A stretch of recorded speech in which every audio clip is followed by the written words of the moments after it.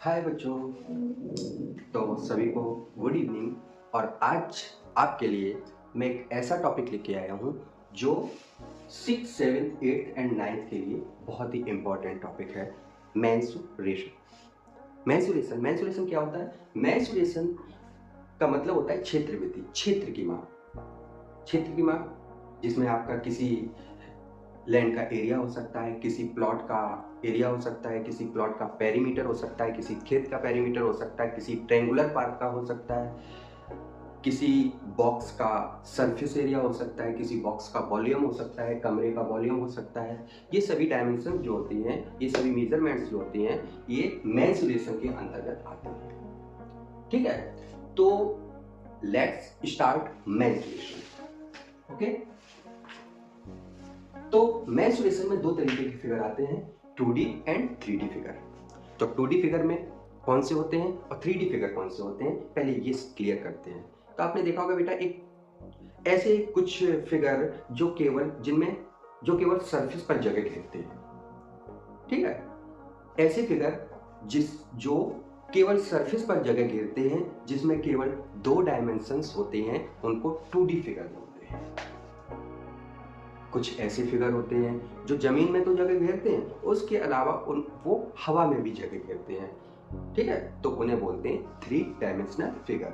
जैसे कि कोई एक बॉक्स है, कार्टन बॉक्स है, तो उसमें नीचे वो सरफेस तो घेरेगा ही, उसके अलावा कुछ स्थान वो हवा में भी लेता है, जितनी उसकी हाइट होगी, तो वही थर्ड साइड हाइट और इसमें शामिल हो जाती है। तो इसको 3 डायमेंशनल या 3 साइड्स वाला फिगर भी कहते हैं, 3 एजेस वाला फिगर भी कहते हैं। इसमें 2 एजेस होती हैं, इसमें 3 एजेस होती हैं। ठीक, तो let's start 2D figures. 2D figures सबसे पहले 2D फिगर में बेटा सबसे पहले आता है रेक्टेंगल।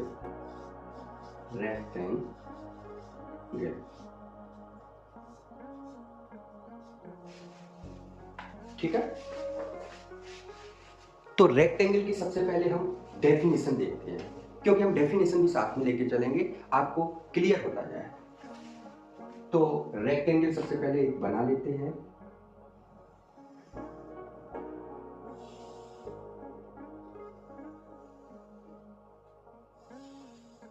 ये है आपका rectangle.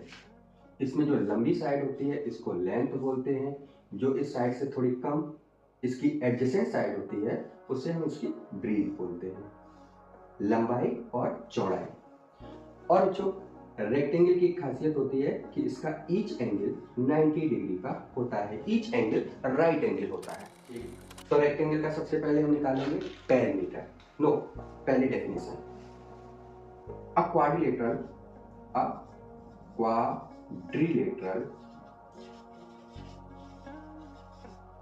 having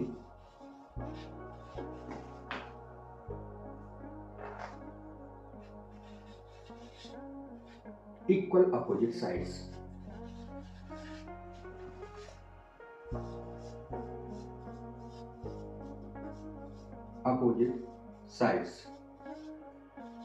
And each angle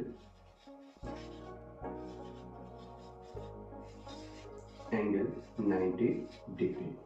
ये तो इसकी डेफिनेशन हो गई। अ quadrilateral having equal opposite sides and each angle 90 degree. एक ऐसा क्वाड्रिलेटरल जिसकी अपोजिट साइड्स इक्वल होती हैं और ईच एंगल 90 डिग्री होता है। तो ये हो गई डेफिनेशन। अब आते हैं इसके फॉर्मूलाज पर। तो सबसे पहले इसका perimeter.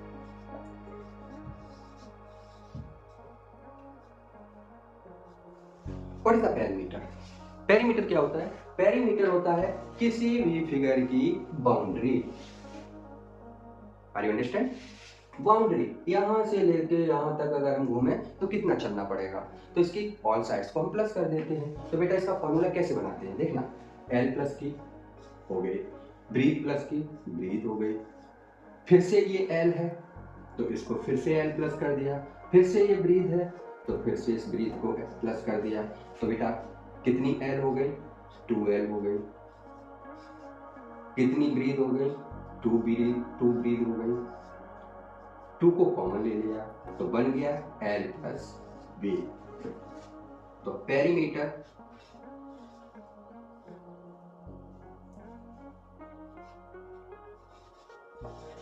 Meter is equal to 2L plus B. ये होता है पेरीमीटर रेक्टेंगल का 2L प्लस बी। फॉर्मूलों को रटना छोड़ दो, बनाना सीखो। ठीक है, इस तरीके से फॉर्मूला बनकर तैयार हो जाता है। एक और समझो, लेंथ और ब्रीथ को प्लस कर दिया, बाउंड्री निकालिए ना, लेंथ और ब्रीथ को प्लस कर दिया, उठा के इसका डबल कर दिया, तो इधर की भी लेंथ ब्रीथ प्लस हो गई, तो L प्लस बी और उसको उठा के डबल कर दिया, हो गया पेरीमीटर ऑफ रेक्टेंगल।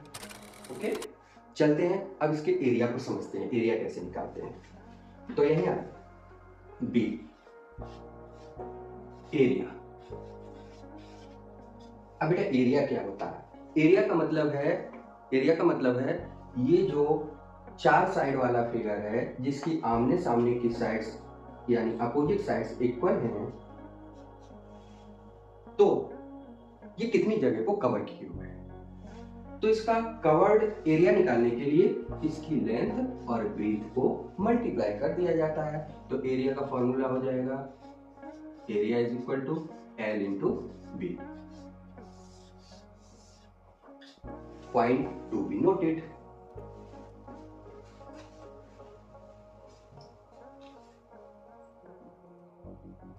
एक चीज और समझते हैं, इसका सी, ये ए हो गया पेरीमीटर, बी हो गया एरिया, 80 पॉइंट इसमें क्या निकाला जा सकता है? अगर ये कह दिया जाए कि इस कॉर्नर से इस कॉर्नर तक की लंबाई निकाली है, मिला दो इसको, मिल गया। इस रेखा की लंबाई निकालिए, क्या हो जाएगा? इसको बोलते हैं डायगोनल। डायगोनल निकालना है, L और B, लो भाई L स्क्वायर और B स्क्वायर कर दीजिए, हो गया। एक मिनट ये और कर दो, डायगोनल की लंबाई निकल गई। L को स्क्वायरिंग करो, B को स्क्वायरिंग करो, दोनों को प्लस करो और स्क्वायर रूट ले लो। भाई 8th क्लास वाले तो स्क्वायर रूट समझ गए होंगे, नहीं तो भैया अभी कुछ ही दिन में स्क्वायर रूट भी समझाने वाले हैं। ठीक है, सेशन बीच में है इसलिए हमें मैथ्स स्टार्ट करना था। आगे चल के आपको जल्द ही स्क्वायर रूट का भी टॉपिक लेके आएंगे। ठीक है, जल्द ही स्क्वायर एंड स्क्वायर रूट का भी टॉपिक आपके सामने होगा। चलिए ये नोट कर लीजिए। तो यहाँ diagonal is equal to, highlight कर दीजिए इस फॉर्मूले को, diagonal is equal to L square plus B square. ये हो गया आपका डायगोनल का फॉर्मूला। एक चीज है, आप नोट जरूर करते रहिए, क्योंकि ये मेरा खुद का एक्सपीरियंस है कि नोट करने से 50-60% लर्न हो जाता है। केवल देखने से नहीं, इनको नोट करेंगे, लिखेंगे तो 50 से 60% हमें वैसे ही दिमाग कैप्चर कर लेता है। नहीं तो करके देख लीजिए। ओके, रेक्टेंगल में मेन जो फॉर्मूले हैं पेरीमीटर, एरिया, डायगोनल हो गए। अब चलते हैं नेक्स्ट 2D फिगर पर, यानी कि इसका छोटा भाई स्क्वायर। हाय गए तो नहीं? चल 2 SQUARE स्क्वायर। ठीक है, स्क्वायर फिगर कैसा होता है? ओके, ये और ये इक्वल है। Okay, equal, all sides equal होती हैं। ठीक है, हो गया। अब मान लीजिए इसकी ये साइड ए है, तो ये भी बेटा ये हो जाएगी, ये भी ये हो जाएगी, ये भी हो जाएगी। चलो इसको भी लिख देते हैं, ए और ये भी ए। अब यहां भी लिख दो ए और लिख दो पेरीमीटर। जैसे कि बच्चों बताया था अभी, perimeter boundary of the figure, तो ये भी प्लस करो, ये भी प्लस करो, ये भी प्लस करो, ये भी प्लस करो, a plus A plus A plus A, करो प्लस, 1 2 3 4, तो हो गया 4a। ओके, आगे आप यूनिट अपने आप लिखिए, सेंटीमीटर है तो सेंटीमीटर लिख दिया जाएगा, मीटर है तो मीटर लिख दिया जाएगा। ओके, अब आ जाओ B, area.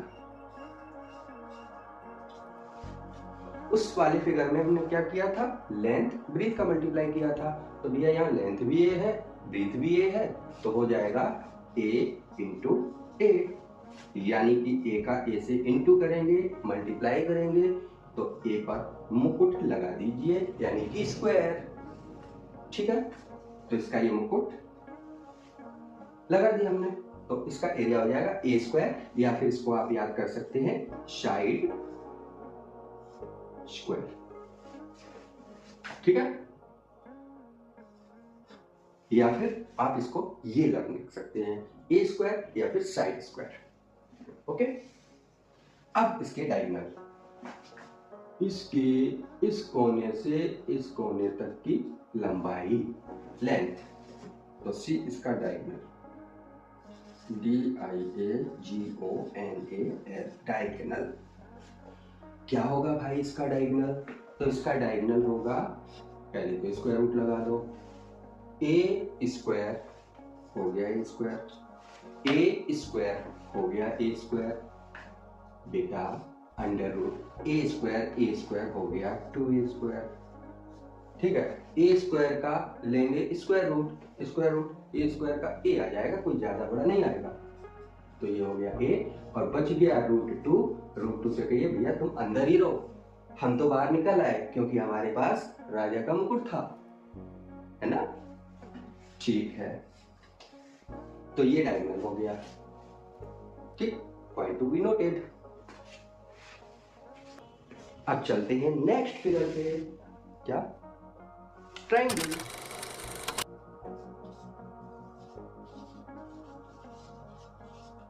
Triangle, what is triangle? Triangle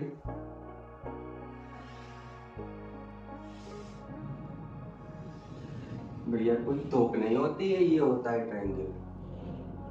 ठीक है, तो ट्रायंगल में एरिया पेरीमीटर निकालना, तो इसको ध्यान से समझेंगे, क्योंकि ट्रायंगल का एरिया जो है वो दो टाइप से फाइंड किया जाता है। तो सबसे पहले हम इस ट्रायंगल की साइड्स को ले लेते हैं, ये A है, ये B है और ये C है। तो इसका पेरीमीटर बेटा क्या हो जाएगा, तो इसका पेरीमीटर हो जाएगा, पेरीमीटर हो जाएगा A plus B plus C। ठीक हो गया पेरीमीटर, बाउंड्री निकल आएगी। अब हमें निकालना है इसका एरिया, और हमारे पास है 3 साइड्स, यानी कि A B C, 4 5 6 7 8 9, ऐसी कुछ भी हो सकती है, तो हम उन्हें प्लस कर देना है, पेरीमीटर निकल आएगा। अब हमें एरिया निकालना है, तो एरिया के लिए बेटा सबसे पहले आपको निकालना पड़ेगा पेरीमीटर का हाफ, जिसको बोलते हैं सेमी पेरीमीटर। सेमी पेरीमीटर, तो सेमी पेरीमीटर क्या हो जाएगा, A plus B plus C upon 2। किसी को भी हाफ करना है उसे 2 से डिवाइड कर दो, हाफ हो जाएगा। अब सेमी पेरीमीटर निकल आया, सेमी पेरीमीटर को हम एस से डिनोट करते हैं, एस। अब इसका एरिया, तो इसका एरिया हो जाएगा बेटा, एक बड़का सा रूट का साइन लगा दो, एक बड़का सा रूट का साइन लगा दो। अब क्या करेंगे, तो बेटा जो एस आया है इसको प्लस करने से, इसको हाफ करने पर उसे पहले रखिए एस, फिर एक ब्रैकेट लगाइए, यानी कि इंटू एस माइनस ए कर दीजिए, एस माइनस बी कर दीजिए, एस माइनस सी कर दीजिए। ये हो गया एरिया का फॉर्मूला, और इस फॉर्मूले को एक बड़े विद्वान मैथमेटिशियन थे, हिरोन साहब, हिरोन साहब उन्होंने इसको एक्सप्लेन किया था, तो इसे हम हेरोन्स फॉर्मूला भी कहते हैं।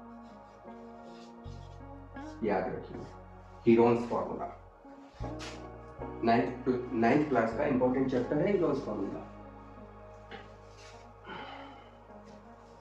आई होप आपको पढ़ने में मजा आ रहा होगा। कमेंट करके जरूर बताएं और चैनल को सब्सक्राइब जरूर कर दें बेटा, जिससे जो भी न्यू वीडियो हम डालें तो वो आपको उसका नोटिफिकेशन मिलता है। ठीक है, तो ये हो गया। अब आ जाएगा बेटा ट्रायंगल का दूसरा तरीका। एक ट्रायंगल दिया गया है, ठीक है। इस ट्रायंगल में ये जो नीचे वाली साइड है जिसपे ये ट्रायंगल पूरा टिका हुआ है, हमारा मकान किस पे टिका हुआ है? बेस पे। तो इसको हम बेस लिख देंगे, बेस। शॉर्ट में इसको बी से लिखेंगे, डिनोट करेंगे। और ये ट्रायंगल का सबसे ऊंचा सिरा, इसे सीधा मिला दीजिए 90 डिग्री पर। इसको बोलेंगे इसकी हाइट, ठीक है। तो इसका दूसरा फॉर्मूला जो एरिया का हो जाएगा, एरिया इक्वल टू इसके बेस और हाइट को मल्टीप्लाई कर दीजिए और इसको उठा के हाफ कर दीजिए। हाफ बेस इंटू हाइट इसका दूसरा एरिया का सरल सा फॉर्मूला हो जाएगा। आई होप समझ में आ गया होगा। आया है ना? ठीक, चलिए इनको नोट करिए, फिर इसके बाद आगे बढ़ते हैं। आई होप इसके बाद का मैं अगले वीडियो में आपको देता हूँ, ठीक है। टाइम काफ़ी हो रहा है तो थोड़ा सा टाइम की समस्या है, आई एम सॉरी, बट इसका अगला टॉपिक जो है आगे का वो मैं अगले वीडियो में आपको प्रोवाइड कराता हूँ। Let's wait.